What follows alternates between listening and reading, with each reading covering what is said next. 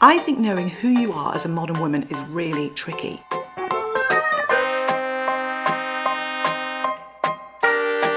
So where do you start? Well, good place is your handbag. So what's in the modern woman's handbag? Well, we've got project presentation that she's been working on till late last night. So she's obviously a career girl. Mobile phone with 6,782 unanswered WhatsApp messages. So she's obviously a social animal. Oh, graphite pencils and a sketch pad for her urban sketching. So she's definitely a creative, slightly dull, but worthy literary books. So she's definitely a culture chick. And oh, nice. There's some perfume here this must be for her hot date. So she's obviously hot date / girlfriend / wife material and capable of being in an emotionally balanced, very healthy relationship. But the problem with all this stuff is that there is a lot of it, and I'm not thinking that it's fitting in this handbag very well. And I think I've got a better idea. Look at me! This is much more practical. Now I can carry all the selves that I'm supposed to be. I like to call myself the I'm everything woman. But I tell you what, it isn't half heavy. But there is a flip side to the modern woman. Imagine this.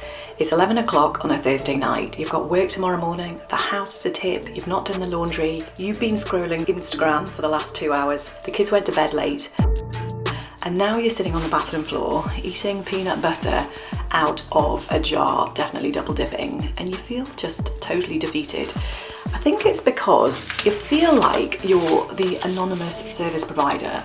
So everyone wants to take a bite of you, and with every bite, your sense of self just is beginning to disappear. So you want me to be the taxi driver? Okay, I can be the taxi driver, take it. Oh, you want me to be the mother? Okay, I can be the mother, take that. You want me to be the counselling service? Yeah, I can do that, yeah, take it. You want me to be just the employee? Okay, I'll be the employee, you've taken that. You want me to be the carer? Okay, I'll be the carer. And once all of the bites have been taken, it doesn't feel like there's a lot left. I call this not that I'm everything woman, but it feels like you're the I'm nothing woman. You're feeling kind of empty. It's almost like you're going invisible. So who are we? Well, today I'm going to try and explain why the modern world has such a messed up understanding of ourselves, and I'm going to try and suggest a different alternative. So how do you find yourself today? Well, the modern world says that nobody else can tell you who you are. You have to look inside yourself to find yourself. This is in opposition to the traditional understanding of the self. So in previous eras, you would be defined by your family or your society. So if your dad was a blacksmith, then if you were a man, then you would be a blacksmith and your surname would be Smith. Or if you're a woman, maybe your mum was a seamstress and you would be a seamstress. You just wouldn't get any choice about it. That was who you were. There was no question of who you were. It was pretty obvious.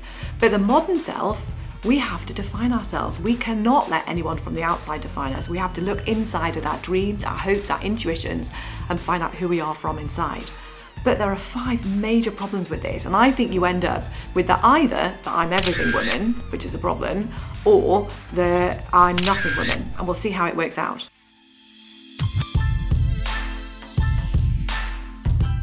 So the first problem with the modern self is that it's incoherent because our deepest desires are often contradictory. So when I think about it, sometimes I want to be someone with a massive career, to achieve things in my life, to climb that mountain. But then at exactly the same time, I don't want to be that person. I don't want to find that I've got to the top of the mountain and realise that there's nothing there. And I want to put other things first than my own career. And so which of those people am I? Am I the person that wants other things in life, or am I the person that wants that career and can get to them? And if both of those two things are supposed to be myself, they're both contradictory, which makes it really incoherent. Francis Spufford summarises this really well. He says, "We are people whose desires deep down are discordantly arranged so that you truly want to possess and you truly want not to at the very same time. You're equipped, you realise, more for farce or even tragedy than happy endings."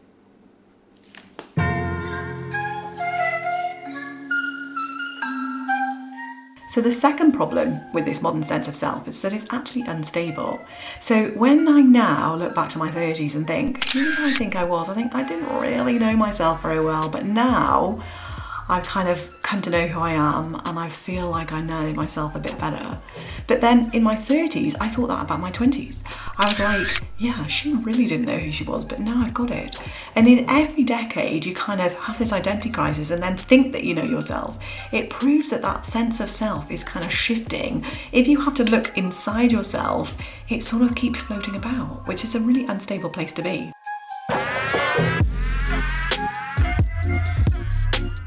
So the third problem with the modern self is that it's actually illusory. It's just impossible to achieve. That's because your feelings inside are telling you that you should be this kind of a self or this kind of a self, and they're both contradictory. You've got to choose between the two. Now, how are you going to do that? You can't find that within yourself. You actually have to look for values outside of yourselves to make that choice. And so you look to your own culture. And none of us are immune to being influenced by our outside culture when we're choosing who we're going to be. So if I think back to me, let's say I was Zoe from 100 years ago, a kind of Downton Abbey Zoe. So I was either a lady or I was a servant. When I think about that Zoe choosing her sense of self, obviously she's really influenced by her culture, and she's going to think of who she is in terms of marriage, in terms of service, in terms of having children. And I look back on that and I think, wow, she is really defined by her culture. But how can it not be true that Zoe in 100 years in the future won't look back on me and say, well, that Zoe was really defined by her culture. She had to make these different choices about who she's going to be. And so she looks within herself and realizes they're contradictory and looks to her culture and it says personal autonomy, self-expression, sexual freedom. And she uses those values to choose who she's going to be. But she's just as bound as the Downton Abbey Zoe, because it's an illusion that we can look inside ourselves and be totally uninfluenced and choose ourselves. We are influenced by our culture, which leads to problem number 4.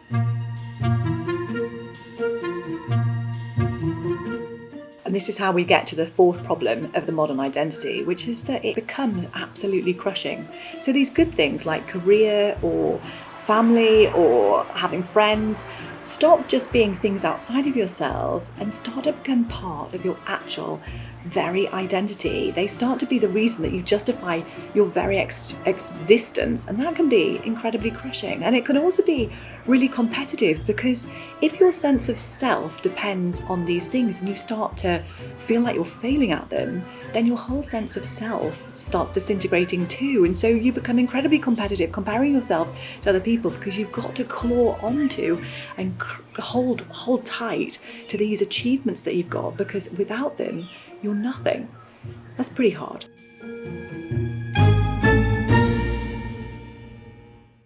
Now, that crushing burden of being the I'm everything modern woman eventually is too much to bear. And that's where we get to the fifth problem with the modern identity, because eventually it erases us. We move from being the I'm everything woman to being the I'm nothing woman, because we give up trying to fulfill all those roles that will make us who we are, and we realise it's an impossible task. And it's as if we're sitting there on the bathroom floor with a jar of peanut butter and we're just going, do you know what? I don't even have time for existential angst anymore. I'm too exhausted doing all this stuff. And now, instead of carrying everything, I'm just sitting here letting everyone take a chunk of me. And every single bit that goes out makes me feel less and less like a human being, less and less like who I really am. And I don't even know who I am anymore. That's what happens with a modern identity. It eventually erases us. But there is an amazing alternative to this, and it's not by letting people define us from the outside, like the traditional model understanding of the self, and it's not by looking just on the inside to define ourselves like expressive individualism, the modern self. What we do is let God define us, and we see that God is our creator and he's our redeemer, and those two amazing things have a massive implications for who we are. But the question you might ask is, well, isn't that oppressive, letting somebody else define me from outside? What's to say they're not going to use that? Not in my best interest. And also, aren't I unique? Don't I need to be able to flourish and express myself and show the world all my special and unique elements? And if someone else is defining me, how on earth am I supposed to do that? Well, the answer is that God, being our creator and redeemer, has space for those two things, that we can be unique and wonderful, and also that it's not oppressive because of the nature of who God is. And if you want to find out more about that, then watch this video here.